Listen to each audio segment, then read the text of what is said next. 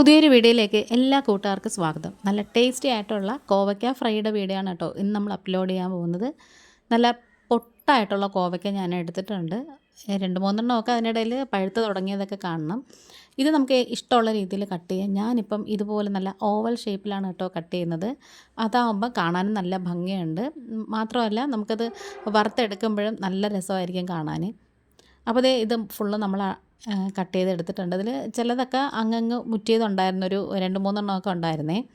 ഇനി നമുക്കിതിലേക്ക് ചേർത്ത് കൊടുക്കേണ്ടത് പച്ചമുളകാണ്. വലിയ എരിവൊന്നും ഇല്ലാത്ത പച്ചമുളക് വേണം എടുക്കാൻ. ഞാനിപ്പോൾ 2 എണ്ണം നെടുകെ കീറിയിട്ടിട്ടുണ്ട്. ഇനി നമുക്കിതിലേക്ക് ചേർത്ത് കൊടുക്കേണ്ടത് പൊടികളാണ്. അപ്പോൾ ഞാനിവിടെ 1/4 ടീസ്പൂണ് മഞ്ഞൾപ്പൊടി എടുത്തിട്ടുണ്ട്. അതുപോലെ തന്നെ കുരുമുളകിൻ്റെ പൊടിയും ഒരു 1/4 ടീസ്പൂൺ എടുത്തിട്ടുണ്ട്. ഇനി നമുക്ക് പിരിയൻ മുളക് പൊടിയാണ് ചേർത്ത് കൊടുക്കുന്നത്.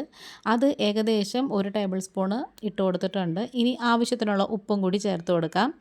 ഇനി നമുക്കിതിലേക്ക് ചേർത്ത് കൊടുക്കേണ്ടതെന്ന് പറഞ്ഞാൽ തൈരാണ് കേട്ടോ. നല്ല കട്ട തൈര്, വലിയ പുളിയൊന്നും ഇല്ലാത്ത തൈര് വേണം എടുക്കാനേ. അങ്ങനത്തെ നമ്മൾ മാരിനേഷന് ആവശ്യമുള്ള സാധനങ്ങളൊക്കെ ഏകദേശം ചേർത്ത് കൊടുത്തിട്ടുണ്ട്. ലാസ്റ്റായിട്ട് കുറച്ച് കോൺഫ്ലോറിൻ്റെ പൊടിയും കൂടി ചേർത്ത് കൊടുക്കാം. അതിന് പകരം അരിപ്പൊടി ഉണ്ടെങ്കിൽ അത് ചേർത്താലും മതി. ഇനി ഇതെല്ലാം കൂടി ചേർത്ത് നന്നായിട്ട് കൈ കൊണ്ടിങ്ങനെ മിക്സ് ചെയ്ത് കുഴച്ച് പരുവപ്പെടുത്തി യോജിപ്പിച്ച് വെക്കണേ. നന്നായിട്ട് ഇങ്ങനെ ഒന്ന് കുഴച്ച് കൊടുക്കണം. ആ ഒരു മാരിനേഷൻ എല്ലാ സ്ഥലത്തും ആവണം. ആ ഒരു അരപ്പുണ്ടല്ലോ എല്ലാ സ്ഥലത്തും ആവണം. ലാസ്റ്റ് നമുക്ക് ഇതിലേക്ക് കുറച്ച് കായപ്പൊടിയും കൂടി ചേർത്ത് കൊടുക്കാം.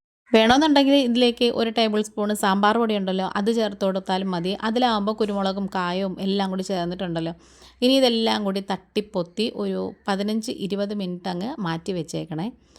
അങ്ങനത്തെ അതൊക്കെ കഴിഞ്ഞതിന് ശേഷം നമുക്ക് ഇതേപോലൊരു പരന്ന പാൻ എടുത്ത് കൊടുക്കാം. അതിലേക്ക് വെളിച്ചെണ്ണ ഒഴിച്ചു കൊടുത്തതിന് ശേഷം ഒരു 3 അല്ലി വെളുത്തുള്ളി ഒന്ന് ചതച്ചിട്ട്, ഒരുപാടങ്ങ് ചതഞ്ഞ് പേസ്റ്റായി പോകണ്ട, ഒരുമാതിരി ഒന്ന് ഇടികല്ലുകൊണ്ടൊന്ന് ഇടിച്ചു കൊടുത്താൽ മതി. അതിങ്ങനെ നമ്മൾ ആദ്യം ചേർത്ത് കൊടുക്കണം. കാരണം അതിന് കുറച്ച് മൂപ്പ്, അതായത് മൊരിയിക്കുന്നത് കുറച്ച് കൂടുതലാണ്. അതുകൊണ്ടാണ് ആദ്യം ചേർത്ത് കൊടുക്കുന്നത്. പിന്നെ 2 വറ്റൽമുളക് എടുത്തിട്ടുണ്ട്. അതും കൂടി ഇതുപോലെ മുറിച്ച് അതിലേക്ക് അങ്ങ് ഇട്ട് കൊടുക്കണം. ലാസ്റ്റ് കുറച്ച് നല്ല ഫ്രഷ് ആയിട്ടുള്ള കറിവേപ്പിലയും കൂടി ചേർത്ത് കൊടുക്കാമേ. ഇനി ഇതെല്ലാം കൂടി നന്നായിട്ട് ഇങ്ങനെ ഒന്ന് മൊരിഞ്ഞ് വരത്തക്ക രീതിയിൽ ഒന്ന് മൊരിയിച്ചെടുക്കണം. ഇത് കരിഞ്ഞു പോകരുത്, ഇതിൻ്റെ ഒന്നും കളറങ്ങ് മാറരുത്. ആ ഒരു വറ്റൽമുളകിൻ്റെയും കറിവേപ്പിലയുടെയൊക്കെ ഒരു കളറ് നല്ല ഭംഗിയായിട്ട് ഇങ്ങനെ കാണത്തക്ക രീതി വേണം നമുക്കിത് മൊരിയിച്ചെടുക്കാനായിട്ട്. ആ ഒരു നല്ല റെഡിഷ് കളറും അതുപോലെ തന്നെ നല്ല ഗ്രീൻ കളറും ഒക്കെ നല്ല രസമായിരിക്കും അത് കാണാനായിട്ട്. അങ്ങനത്തെ നമ്മളിത് മൊത്തം വേറൊരു പ്ലേറ്റിലേക്ക് വാങ്ങി വെച്ചിട്ടുണ്ട്. ഇപ്പോൾ ആ ഒരു എണ്ണയ്ക്കും ഇതിൻ്റെ ഒരു മണം കിട്ടിയിട്ടുണ്ട്. ആ ഒരു വെളുത്തുള്ളിയുടെയും ആ ഒരു വറ്റൽമുളകിൻ്റെയൊക്കെ നല്ല മണം കിട്ടിയിട്ടുണ്ട്. ഇനി നമുക്കിതിലേക്ക് മിക്സ് ചെയ്ത് നമ്മൾ നേരത്തെ മാരിനേറ്റ് ചെയ്ത് വെച്ചിട്ടുള്ള അതൊക്കെ നന്നായിട്ട് ഇങ്ങനെ സെറ്റായിട്ട് വന്നിട്ടുണ്ട്. അപ്പോൾ കുറച്ചായിട്ട് നമുക്കിതിലേക്ക് അങ്ങ് ഇട്ട് കൊടുക്കാം. നമ്മൾ മൊത്തം കൂടി ചേർത്ത് കൊടുക്കുകയാണെന്നുണ്ടെങ്കിൽ ഇത് മൊരിഞ്ഞ് കിട്ടാനൊക്കെ വലിയ പാടാണ്. അതുകൊണ്ട് തന്നെ കുറച്ചായിട്ട് വേണം നമുക്കിതിലേക്ക് ഇട്ട് കൊടുക്കാൻ. അപ്പോൾ ഈ ഒരു വീഡിയോ കണ്ടുകൊണ്ടിരിക്കുന്ന സമയത്ത് നിങ്ങൾക്ക് ചാനൽ ഇഷ്ടപ്പെടുകയാണെന്നുണ്ടെങ്കിൽ ഒന്ന് ലൈക്ക് ചെയ്യും, ഷെയർ ചെയ്യും, കമൻറ്റ് ചെയ്യും, സബ്സ്ക്രൈബ് ചെയ്ത് സപ്പോർട്ട് കൂടെ ചെയ്യണേ. ആദ്യമായിട്ട് കാണുന്ന കൂട്ടുകാരാരെങ്കിലും ഉണ്ടെങ്കിൽ സബ്സ്ക്രൈബ് ബട്ടൺ പ്രസ് ചെയ്തിട്ട് ആ ഒരു ബെല്ലൈക്കണും കൂടി പ്രസ് ചെയ്തതിന് ശേഷം ഓൾ എന്ന ഓപ്ഷനും കൂടി കൊടുക്കണേ. എങ്കിൽ മാത്രമേ ഞാനിടുന്ന വീഡിയോസൊക്കെ നോട്ടിഫിക്കേഷനായിട്ട് നിങ്ങൾക്ക് കിട്ടത്തുള്ളൂ. അപ്പോൾ ഈ ഒരു എണ്ണയ്ക്കകത്ത് കിടന്ന് നന്നായിട്ട് ഇങ്ങനെ മൊരിഞ്ഞ് വരുന്നുണ്ട്. തിരിച്ചും മറിച്ചും ഇട്ട് മൊരിച്ച് എടുത്തിട്ടുണ്ട്. ഈ ഒരു പരുവമൊക്കെ ആകുമ്പോഴത്തേക്കും നമുക്ക് പ്ലേറ്റിലേക്ക് അങ്ങ് വാങ്ങി വയ്ക്കാം. എന്നിട്ട് അടുത്ത ബാച്ചും കൂടി ഇട്ട് കൊടുക്കാമേ. കുടുവൻ പാത്രം എടുക്കുന്നതിനേക്കാളും ഇതുപോലെ ഇങ്ങനെ പരന്നിരിക്കുന്ന പാത്രം എടുക്കുന്നതാണ് കുറച്ചും കൂടി എളുപ്പം. മറ്റേതാകുമ്പോൾ നമ്മൾ ഒത്തിരി എണ്ണ ഒഴിക്കേണ്ടി വരും. അതുപോലെ തന്നെ ഇത് വെളിച്ചെണ്ണയിൽ വറുത്ത് കോരുന്നതാണ് നല്ലത്.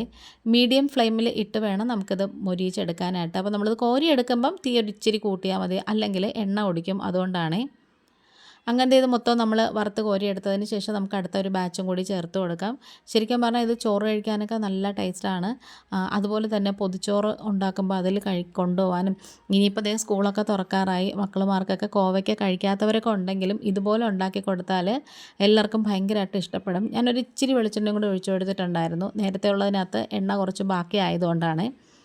അങ്ങനത്തെ അതും കൂടി നമ്മൾ ഒരു ഇച്ചിരി സമയം എടുത്ത് തിരിച്ച് മറിച്ച് മൊരിയിച്ച് എടുത്തിട്ടുണ്ട്. ഇനി ഇതും കൂടി നമുക്ക് ഒരു പ്ലേറ്റിലേക്ക്, നമ്മൾ നേരത്തെ എടുത്ത ആ ഒരു പ്ലേറ്റിലേക്ക് വാങ്ങി വയ്ക്കാം. പിന്നെ നമുക്ക് ലാസ്റ്റ് ആ ഒരു വെളുത്തുള്ളിയും വറ്റൽമുളകും എല്ലാം കൂടി ഇട്ട് മിക്സ് ചെയ്ത് എടുത്താൽ മതി. അപ്പം അതിൻ്റെ ഒരു മണവും കൂടെ കിട്ടും. ഇനിയിപ്പോൾ കോവയ്ക്കൊക്കെ വാങ്ങുന്ന സമയത്ത് ഈ ഒരു റെസിപ്പി ഫോളോ ചെയ്തിട്ട് ഇതേപോലെ ഒന്ന് ട്രൈ ചെയ്ത് നോക്കിയിട്ട് ഫീഡ്ബാക്ക് ഇടണേ. അപ്പോൾ നമ്മുടെ വീഡിയോ വൈൻഡപ്പ് ചെയ്യാറായി. ഇന്നിപ്പോൾ ഇത്രയേ ഉള്ളൂ. വേറൊരു വീഡിയോ ആയിട്ട് വേഗം തന്നെ വരാം. Thanks for watching.